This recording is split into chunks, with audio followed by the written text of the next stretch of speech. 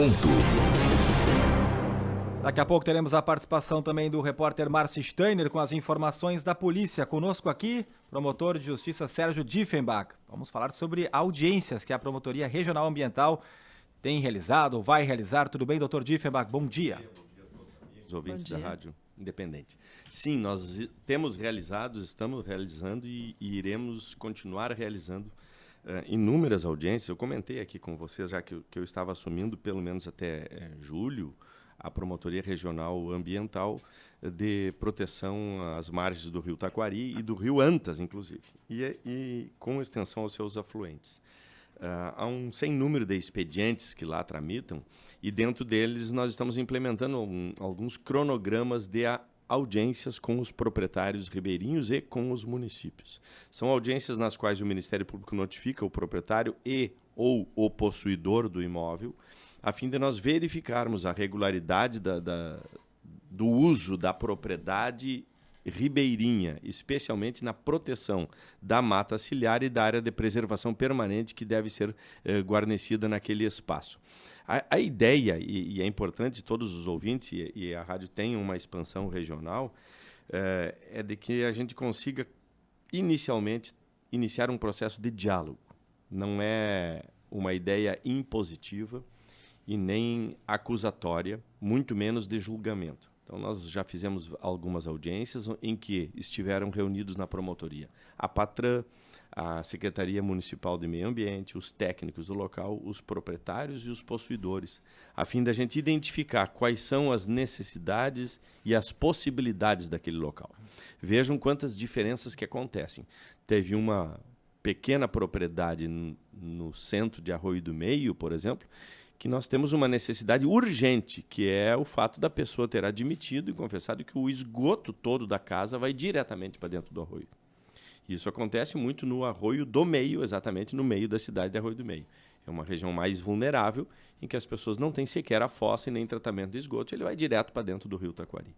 Esse episódio ele é completamente diferente de uma propriedade rural, que tem, às vezes, o gado, que chega mais próximo, que tem acesso de lavoura mais próximos, alguns têm um mato mais consistente. Acreditem, tem situações em que existe a árvore e a indicação técnica é que aquela árvore seja retirada, porque é uma árvore prejudicial à proteção do talude. São árvores invasoras, são árvores exóticas, não são árvores nativas. E aí a importância de respeitarmos, dentro desses expedientes, várias coisas. Uma delas, a realidade local, a cultura local e a informação técnica.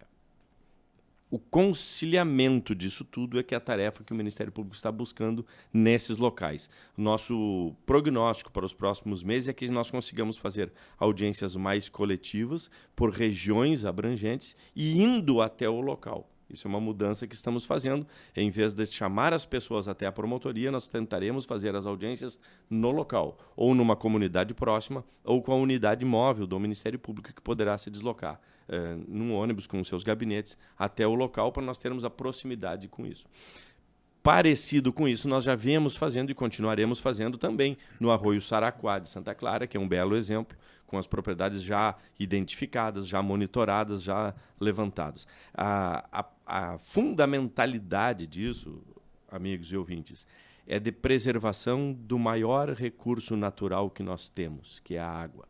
Nós temos águas superficiais, temos águas subterrâneas e temos os recursos hídricos que circulam ao nosso entorno, que são os rios e os seus afluentes. Além disso, a ideia da promotoria é que a gente desenvolva um programa que já existe no Brasil inteiro, que está se espalhando e que o Ministério Público está aderindo, que se chama Águas para o Futuro, que com mais calma na outra ocasião nós falaremos, que é um aplicativo que todas as pessoas poderão ter de identificação de nascentes, as águas que brotam, que nascem e que são potáveis. E através desse aplicativo é possível que cada cidadão identifique uma nascente, comunique ele aos órgãos de fiscalização e se vá lá verificar o grau de proteção que aquela nascente tem ou o grau de poluição que ela esteja existindo. É um processo longo, é um processo que avança, é um processo que não tem outra forma de ser senão assim, com convívio entre órgãos técnicos, comunidade e órgãos de fiscalização.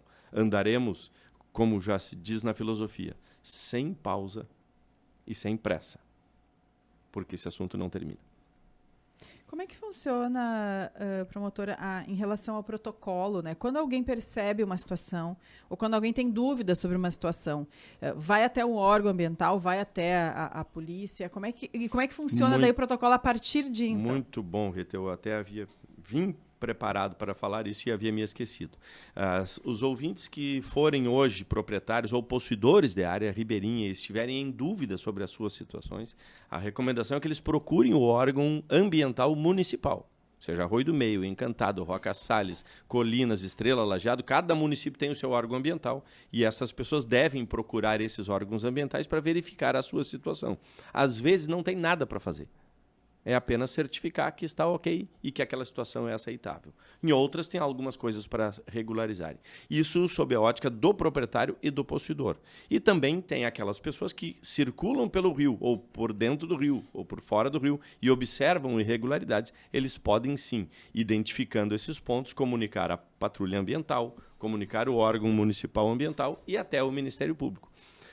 Nós estamos num processo que se chama de georreferenciamento dessas medidas. Então, cada inquérito, cada acordo ou cada denúncia que nós fizermos, ele tem que estar georreferenciado para que no futuro você consiga, em um mapa, com um clique, chegar em cada propriedade. E nesse caso, a produção de provas, fotos, são fundamentais para poder justamente relatar essa situação. A primeira prova normalmente é uma fotografia, uma constatação inicial e depois uma avaliação técnica daquele local, se aquela fotografia é mesmo daquele local, se aquele fato persiste, se aquele fato é atual e se ele está causando dano ou não. Tá bem, doutor Sérgio. Muito obrigado.